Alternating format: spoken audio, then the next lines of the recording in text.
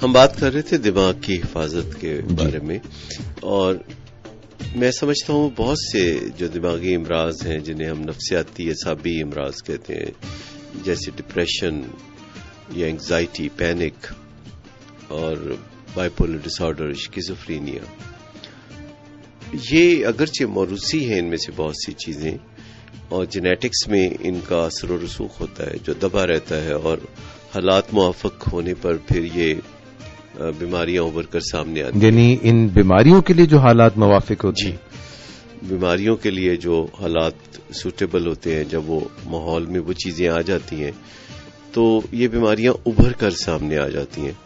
اور یہ نہیں مطلب کہ ایک دفعہ ہمیں ان میں سے کوئی بیماری ہو گئی تو بس ہم اس بیماری کے اندر ہی تڑپتے رہیں گے.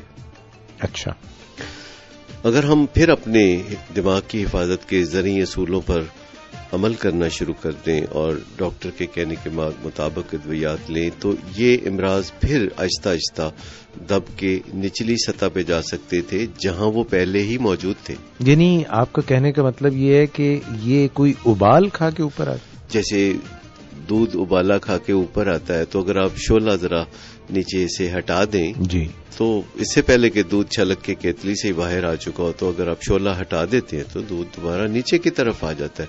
لیکن اس دودھ میں آنچ کے ساتھ ابالا کھانے کی صلاحیت کا تو آپ کو پتہ چل گیا نا، دوبارہ بھی کھا سکتی ہے، دوبارہ بھی کھا سکتا ہے. تو پھر آپ کا ایک لائف سٹائل آپ اپنا سکتے ہیں جس میں آپ کی ترجیحات میں سے سب سے اوپر یہ ترجیح ہو کہ آپ نے اپنے دماغ کو حفاظت دینی ہے، آپ نے سٹریس کو مینج کرنا ہے، موڈ اور مزاج کو آپ نے ٹھنڈا رکھنا ہے، اور آپ نے مذاکرات سیکھنے ہیں. آپ نے بات چیت کے ذریعے، ڈائلاگ کے ذریعے مسئلے حل کرنے ہیں بجائے اونچی آواز اور غصے کے ذریعے مسئلے حل کرنے کے. اور پھر اور بہت سے طریقے ہیں دماغی حفاظت کے، یعنی بیلنس ڈائٹ لینا، ایسی غذا لینا کہ جو خالی چٹخارے والی نہ ہو، بہت زیادہ مرچ مسالوں سے پرہیز کرنا، اور نباتاتی چیزوں کو دیکھیں. نباتاتی چیزیں جو ہیں وہ انسان کے لیے بہت کارآمد چیزیں ہیں، جو نباتات کے یعنی پلانٹس کے اوریجن سے تعلق رکھتی ہیں.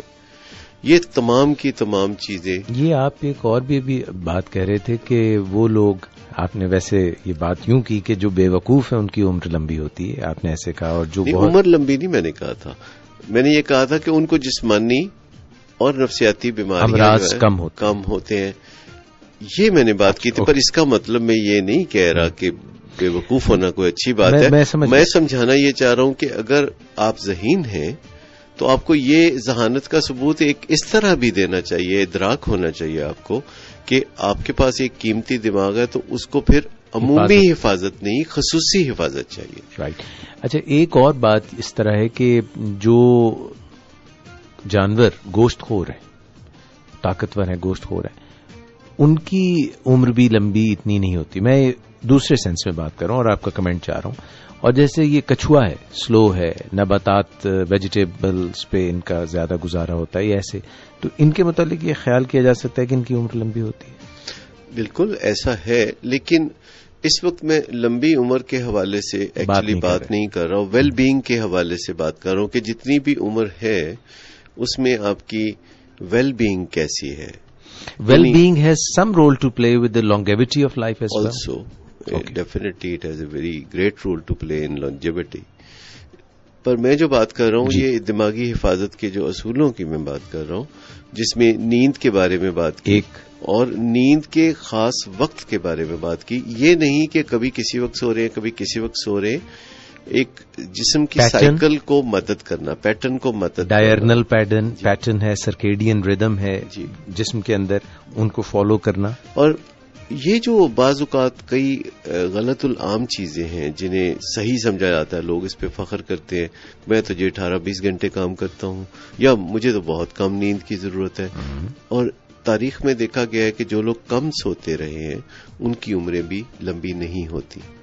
یعنی لمبی عمر کا ایک راز جو ہے وہ زیادہ سونے میں بھی ہے، اور خصوصاً آج کل کے زمانے میں یہ گولڈن چانس ہے کہ آپ زیادہ سو سکتے ہیں، کیونکہ آج کل کے زمانے میں آپ کو زندگی میں جو کامیابی ملتی ہے وہ ہارڈ ورک سے نہیں ملتی، اسمارٹ ورک سے ملتی ہے. ہم تو ٹیلی ویژن دیکھتے رہتے ہیں، ہم تو کمپیوٹر کے آگے بہت ٹائم گزار دیتے ہیں. کوئی حرج نہیں، لیکن تھوڑا دیکھیے اسی طرح میں نے دیکھا کہ ایکسرسائز جس سے کہ ہمارے دماغ کو بہت فائدہ ہو سکتا ہے، لیکن اگر آپ جم جا کے گھنٹوں ایکسرسائز کرتے ہیں تو یہ ٹاکسک ہے، یہ آپ کے دماغ کے لیے نقصان دہ ہے اور سٹریس آتا ہے، بہت سٹریس آتا ہے، اور لوگ غلط مقصد کے لیے ایکسرسائز کر رہے ہوتے ہیں، غلط بلکہ مقاصد کے لیے ایکسرسائز کر رہے ہوتے ہیں. مطلب کئی لوگ وزن کم کرنے کے لیے ایکسرسائز کر رہے ہوتے ہیں.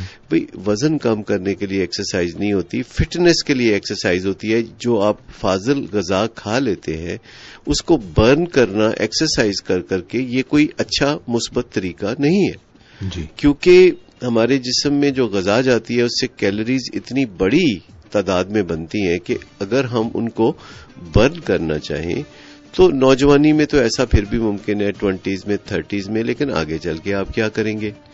لہذا یہ جو جم میں آپ کا ٹوٹل قیام ہے یہ زیادہ سے زیادہ 15-20 منٹ کے لیے ہونا چاہیے اور ہفتے میں 5 دن سے زیادہ نہیں ہونا چاہیے. Don't overdo it. جی اور ہمیں ایکسرسائز کی ضرورت ہوتی ہے، مختلف قسم کی ایکسرسائز کی ضرورت ہوتی ہے. ہفتے میں کوئی 2 دن اگر آپ یوگا کرتے ہیں، کوئی 2 دن ایروبکس کرتے ہیں، کوئی پھر 2 دن آپ یہ جو جم جاتے ہیں اور ویٹ ٹریننگ کرتے ہیں پٹھوں کی، اور اس میں بھی آپ دیکھتے ہیں کہ جسم کے سارے پٹھے اپنے اپنے حصے کی ایکسرسائز میں سے گزر جائیں تو بدل کے ایکسرسائز کرتے ہیں. اچھا، اس میں ایکسرسائز کا مقصد جسم میں مسلز کو نمایاں کرنا نہیں ہے، مسلز کو الگ الگ دکھانا مقصد نہیں ہونا چاہیے جو باڈی بلڈرز کرتے ہیں. اور میں آپ کو بتاؤں کہ جو لوگ اپنے مسلز کو بہت نمایاں کر لیتے ہیں اور جو مسلز الگ الگ نظر آتے ہیں وہ اکٹھے کام کبھی بھی نہیں کر سکتے ہارمونیسلی. مسلز اکٹھے تب کام کر سکتے ہیں جبکہ آپ کے جسم کے اوپر وہ الگ الگ نظر نہیں آتے. جو فائن ٹیوننگ ہے کسی کام کی، جیسے میں آپ کو بتاتا ہوں کہ بالرز ہیں یا فٹ بالرز ہیں یا کرکٹرز ہیں، یہ تمام لوگ اگر اپنی ایکسرسائز وہ کریں جو کہ ایکچولی اس گیم کی ریکوائرمنٹ ہے، جو اس گیم میں جن پٹھوں کو ایکسرسائز کی ضرورت ہوتی ہے، تو اگر ان پٹھوں کا زیادہ استعمال کریں گیم سے ہٹ کے ورزش کے لیے بھی تو ان کو زیادہ اچھے اس سے نتائج حاصل. لیکن اگر کرتے ہیں وہ بالنگ لیکن اپنے پٹھوں کو باڈی بلڈرز کے لیے ڈیولپ کر لیں گے تو اس کے بعد سمجھے کہ بالنگ کو وہ بھول جائے، کیونکہ ان کا جو بالنگ کا جو ایک خاص انداز ہے وہ متاثر ہوگا، اور جو الگ الگ نظر آنے والے ایک فلو ہے جو قدرتی طور پر جسم کے اندر مسلز ایک دوسرے کے ساتھ مدغم ہو کے کام کرتے ہیں.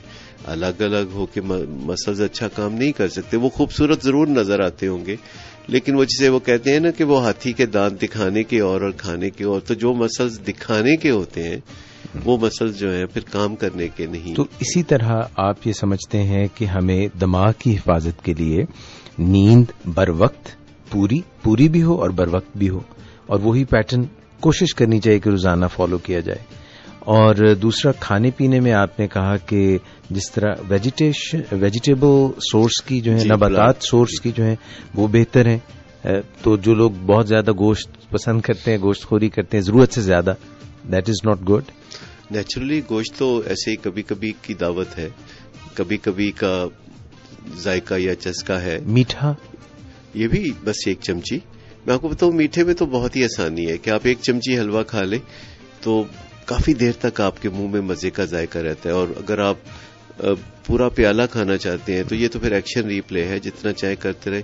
ہمیشہ کھانے پینے والی چیزوں میں آپ کے پاس یہ ایک طاقت ہونی چاہیے کہ آپ اسے اس وقت چھوڑ دیں جبکہ ابھی اور تمنا ہو. اور کرنے والے کاموں میں آپ میں ایک طاقت ہونی چاہیے کہ آپ انہیں ٹال مٹول کا شکار نہ بنائیں، آپ انہیں دیری سے نہ کریں بلکہ فوراً کرنے کی کوشش. اس میں ایک بڑا زبردست کانسیپٹ ہے جو کل اتفاق سے آپ ہی سے بات چیت میں کر رہے تھے بات آپ